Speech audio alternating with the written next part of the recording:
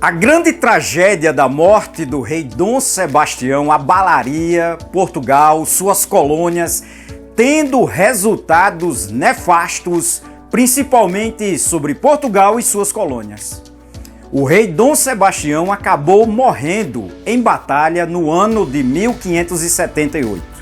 Nesse caso, sendo ainda novo e não tendo deixado herdeiros diretos, filhos ou muito menos netos, o resultado é que o rei Filipe da Espanha vai requerer o trono de Portugal para si, alegando parentesco com Dom Sebastião, e nesse caso vai unir as duas coroas. Ou seja, Portugal passou a ser também território do rei espanhol. E aí, claro que, consequentemente, ou seja, junto a isso, vem as colônias portuguesas, que passaram a fazer parte desse próprio contexto. A União Ibérica iniciou especificamente 2 anos depois da morte trágica do rei Dom Sebastião, tendo sido em 1578, porém, ainda teve uma tentativa de uma espécie de paliativo para que não acontecesse essa união, nomeando o tio-avô, isso mesmo, o tio-avô de Dom Sebastião, Dom Henrique, que era bispo da cidade de Coimbra, Portugal, para ficar no cargo, ou seja, ser o rei de Portugal, enquanto se tramava ou se organizava alguma outra solução melhor, como por exemplo aparecer um herdeiro do próprio Henrique, o que não vai acontecer. Já idoso, Dom Henrique acabou falecendo em 1580. Agora, sem mais alguma outra solução, o resultado fatídico disso, e como eu digo fatídico é porque teve consequências dramáticas, principalmente para Portugal e suas colônias, Portugal vai fazer parte dos territórios espanhóis. O rei Filipe II vai anexar as duas coroas. E é muito importante entender isso porque vai ter resultados muito importantes para o Brasil mesmo, sua terra, isso mesmo, o Brasil, o resultado dessa união das duas coroas. Primeiramente, nós temos que lembrar que as inimizades espanholas também agora vão ser inimizades de Portugal. E deixa eu dizer uma coisinha aqui para vocês, Portugal durante os últimos 2 séculos tinha dominado os mares, se tornado, se não a maior potência marítima, com certeza uma das maiores, uma das mais importantes potências marítimas. Agora, unido à Espanha, vai ser levado a diversas guerras, que não seria especificamente de Portugal, como por exemplo a guerra contra a Inglaterra, ou mesmo as guerras contra os holandeses, que anteriormente eram justamente aliados de Portugal. Agora, o governo unido da União Ibérica arrasta Portugal e suas colônias nessa dramaticidade que vai ter efeitos nefastos não só para Portugal, mas também para o Brasil. Isso mesmo, o Brasil, como bem eu já disse. Em 1580, como vocês escutaram, teve a União Ibérica. E, logo de cara, Portugal, que durante décadas foi aliado dos holandeses, agora se via numa situação bem problemática. Porque os holandeses, justamente nesse período, enquanto Portugal estava se unindo, os holandeses estavam se separando da Espanha. Isso mesmo que vocês escutaram. A Holanda, claro, você vai verificar no mapa e vai ver que a Holanda é separada, longe, você tem literalmente aí no meio do caminho a França, mas a Holanda, por causa daqueles casamentos entre as famílias dinásticas, entre as famílias reais, pertencia à Espanha. Nesse caso, devido ao radicalismo que os espanhóis vão impor, uma perseguição religiosa, os holandeses já calvinistas, ali de uma igreja reformada, vão buscar a sua independência. E nesse caso, eles vão conseguir. Claro, demorou muito para o próprio reconhecimento e foram décadas de lutas para que isso acontecesse, de fato, no sentido do reconhecimento e da paz entre a Espanha e a Holanda, mas nesse contexto que é importante para vocês, Portugal, que antes era aliado dos holandeses, agora se via numa situação em que eles eram inimigos. E, nesse caso, arrastado por essas guerras contra a Holanda. Deixa eu dizer aqui outra coisa para vocês importante sobre esse período da União Ibérica. Os holandeses foram os grandes financiadores da produção do açúcar do Brasil. Os holandeses também foram, durante esse período, até 1580, os grandes transportadores e vendedores desse açúcar português, que era produzido no Brasil, no resto da Europa. E aí agora ele se viu numa situação em que não podiam mais negociar, não poderiam mais comprar, transportar, nem muito menos financiar essa própria produção do açúcar. Mas o açúcar era profundamente importante para os próprios holandeses. Nesse caso, os holandeses, determinados a controlar, por exemplo, a área produtora do açúcar, assim como as outras colônias portuguesas na África, vão começar uma série de invasões e vão dominar durante bastante tempo alguns territórios que anteriormente era de Portugal. Por exemplo, grande parte do Nordeste do Brasil, essa área produtora do açúcar, a área açucareira importantíssima por causa dos recursos que saíam daqui, vai se ver invadida pelos holandeses. A formação da Companhia do Comércio das Índias Ocidentais, essa companhia vai buscar organizar essa invasão aqui. A princípio eles vão tentar a capital da colônia, Salvador. E nesse caso, em 1624 vai se desenrolar uma grande invasão em Salvador. Porém, a resistência no entorno de Salvador, mesmo com a conquista e o controle da própria capital pelos holandeses, mas essa resistência que se deu, feita pelos lusos brasileiros, vai fazer com que os holandeses não se expandissem. Então essa estratégia de guerrilha, na medida que eles tentavam avançar sobre outros territórios, fez com que os holandeses ficassem restritos, fechados, encalacrados em Salvador. Com a ampliação dessa própria força aí luso-brasileira, os holandeses se viram numa situação em que eles tiveram que se retirar no ano seguinte. Então a invasão começa em 1624 e em 1625 eles já estão se retirando. Mas não esqueceram essa região não, né? Justamente porque era uma área importantíssima na economia, na produção do açúcar. E os holandeses, determinados justamente a controlar essa região, vão vir de novo, vão tentar uma segunda expedição, justamente em 1630, a partir de Olinda, de Recife, ou seja, de Pernambuco. E aí essa expedição vai dar, vamos dizer assim, bons resultados na visão holandesa, porque justamente eles vão conseguir dominar, eles vão ter o controle dessa região a partir dessa invasão em 1630.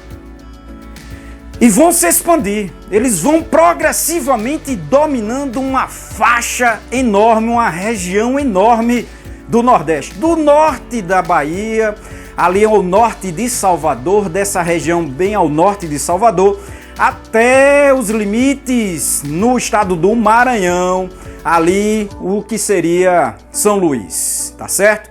Durante esse período, não exatamente em 1630, mas durante esse período eles vão se expandindo, por exemplo, capturando a cidade do Natal, ou seja, a capital do estado do Rio Grande do Norte, depois de uma série de combates que vai se desenrolar, por exemplo, na Fortaleza dos Reis, né?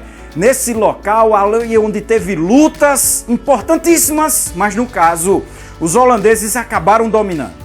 E durante um período de 24 anos, claro que eles pretendiam ficar muito mais tempo, mas uma série de mudanças que vão existir tanto na Europa como também aqui dentro, vai provocar essa mudança e, consequentemente, a expulsão dos holandeses dessa região. Porém, antes de serem expulsos, durante esse período, eles aprenderam como, por exemplo, produzir a cana, trabalhar com ela, quais seriam as metodologias, as práticas que anteriormente eles não estavam ligados a isso.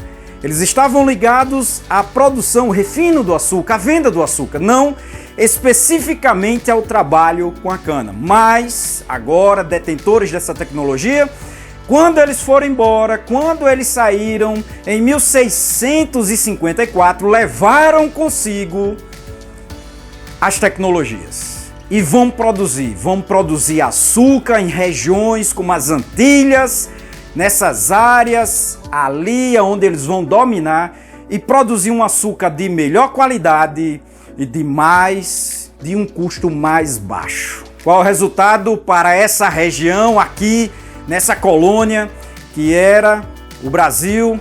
É a falência de muitos produtores, a miséria que vai começar a se desenrolar nessa região, que anteriormente era assim uma espécie de pérola, de joia da coroa portuguesa, que rendia bastante. Mas, simplificando, pessoal, o que acontece é que essa produção holandesa vai levar a um ciclo de decadência no Nordeste do Brasil. Sem conseguir concorrer com os holandeses, a situação aqui vai piorando, vai se deteriorando e vai se tornando cada vez mais difícil. Não por acaso, outras regiões, como a região sudeste, começa a fazer as famosas bandeiras, né? As bandeiras, os vicentinos, em busca de produtos como, por exemplo, metais preciosos, produtos ali como, por exemplo, capturar escravos indígenas para vender para outros mercados, para outros pontos. De qualquer forma, acelerou esse processo. Então vejamos, a saída dos holandeses daqui teve efeitos bem dramáticos na economia ao longo das próximas décadas, mas impulsionou mudanças significativas, como, por exemplo, a descoberta do ouro nas regiões das Minas Gerais. Isso mesmo, esses mesmos bandeirantes, impulsionados por causa dessas próprias dificuldades, acabaram por fazer essas expedições. Veja a minha videoaula sobre as entradas e bandeiras. Dê uma olhada lá que a gente explica melhor esse tema. Vamos se restringir aqui a algumas ideias daquilo que estava acontecendo. E nesse caso, de qualquer forma, eles descobriram ouro. E, gente, foi ouro em grande quantidade. Pense aí na quantidade de ouro. Cada ano que vai passando, essa quantidade de ouro vai sendo ampliada exponencialmente.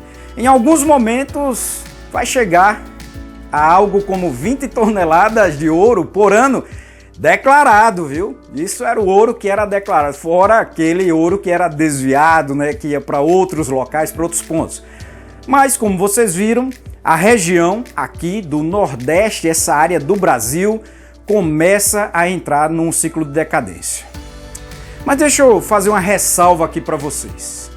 Durante esse período de dominação holandesa, né, nessa área que é o Nordeste do Brasil, o mais importante governador holandês foi o Maurício de Nassau. Maurício de Nassau vai chegar aqui a partir de 1637, né, já tinha sido convidado antes pelo, claro, o governo, a Companhia de Comércio Holandesa, e vai governar, né, o governo dele vai se estender até 1643. Claro que ele vai sair um pouco depois, mas ele ficou durante esse período.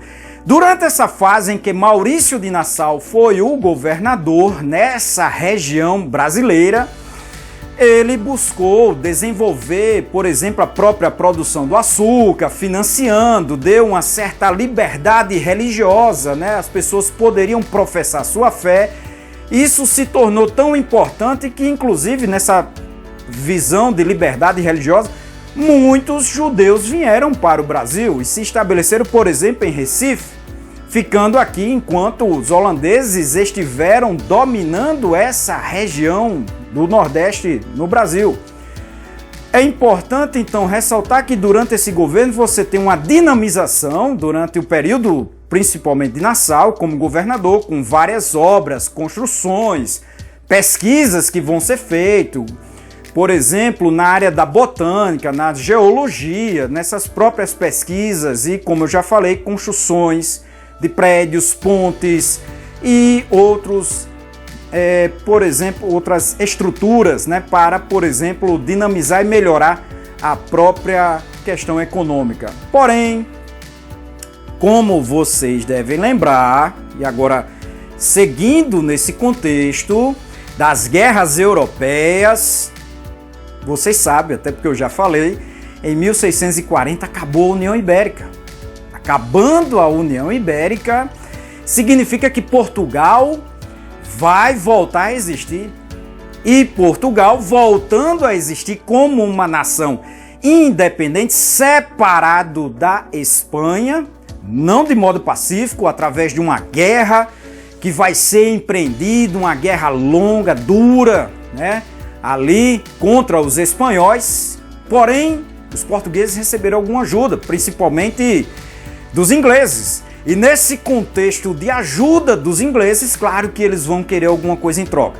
É importante também aqui salientar para todos vocês que esse processo de independência está intimamente ligado à famosa Guerra dos 30 anos, a guerra lá na Europa, que vai durar de 1618 até 1648. 30 anos de guerra envolvendo várias nações europeias e que, como vocês viram, teve reflexo aqui no Brasil, tá certo? Como, por exemplo, o fato de que Portugal volta a ser um estado autônomo, independente em 1640, ajudado pelos ingleses, né, pelo Reino Unido, e vai fazer alguns acordos ali com a Inglaterra, acordos de, por exemplo, nação preferencial, dando alguns privilégios, algumas vantagens comerciais aos ingleses.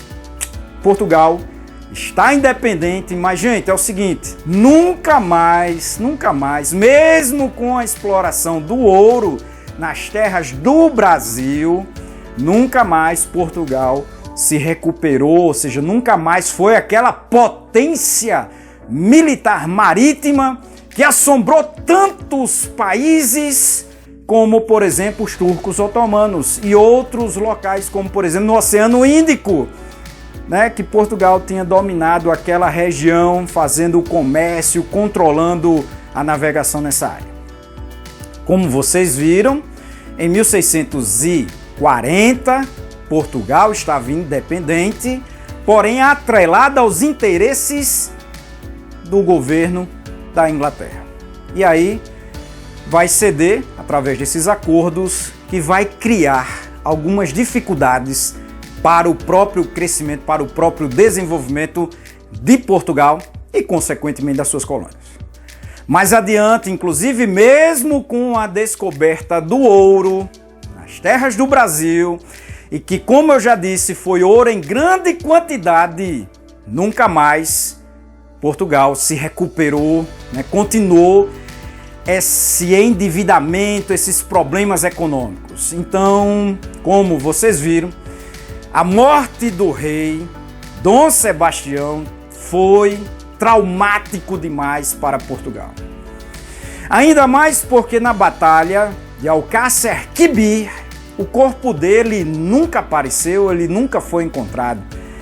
Então, durante muito tempo ainda ficou aquela expectativa de que o rei, o bom rei, iria voltar, criando uma ideia messiânica, né? Uma ideia de que ele iria voltar em algum momento, iria salvar, resgatar literalmente Portugal das garras dessa Espanha que tanto estava prejudicando os interesses portugueses e de suas colônias.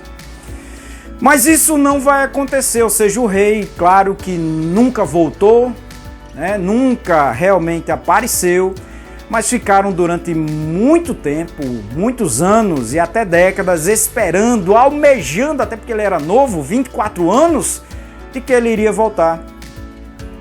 e criou então a ideia do sebastianismo. Essa ideia messiânica do sebastianismo, de que um bom rei iria voltar e salvar Portugal e levar Portugal aí à glória de novo. Então vejamos aí para que vocês entendam. A morte do rei leva a uma expectativa de retorno, de volta. E tudo isso piorou, porque inclusive a própria União Ibérica foi muito traumática para Portugal e para as suas colônias, onde a crise econômica que vai ser gerada por causa dessa União Ibérica, toda aquela conjuntura de destruição de tantas conquistas que Portugal fez, resultou nesse pensamento, nessa ideia messiânica, no messianismo, que inclusive vai estar ali ligado a alguns acontecimentos do Brasil muito mais adiante, como por exemplo, conflitos ali de Canudos. Dê uma olhada aí na minha videoaula sobre Canudos. Outros acontecimentos, como por exemplo, ali no sertão brasileiro, aonde nesses locais apareceram vários desses movimentos com caráter messiânico, o messianismo.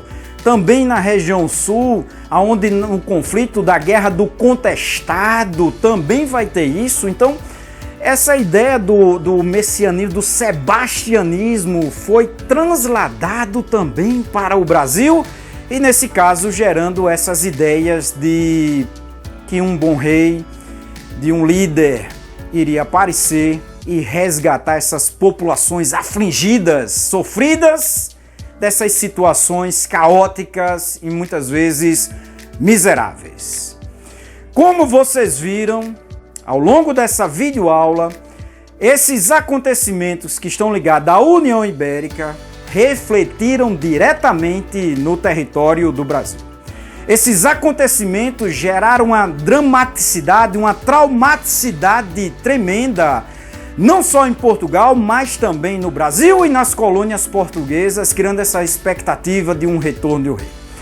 A invasão holandesa foi outro fato importantíssimo para que no futuro gerasse também a decadência dessa região brasileira que é o Nordeste, com, além da destruição provocada pela guerra, também a produção que vai se desenrolar do açúcar em outros locais, concorrendo com a produção aqui no Brasil.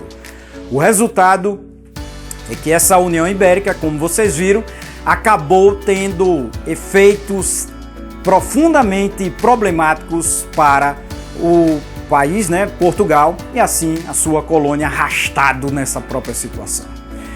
Então, vejam aí que aqueles que ainda não entenderam, revejam essa videoaula, vejam as minhas outras videoaulas que a gente já tem abordado esses assuntos, como por exemplo, as entradas, as bandeiras, o processo de colonização, a conquista do interior brasileiro, e com certeza vocês irão entender e tirar notas melhores naquilo que vocês precisam.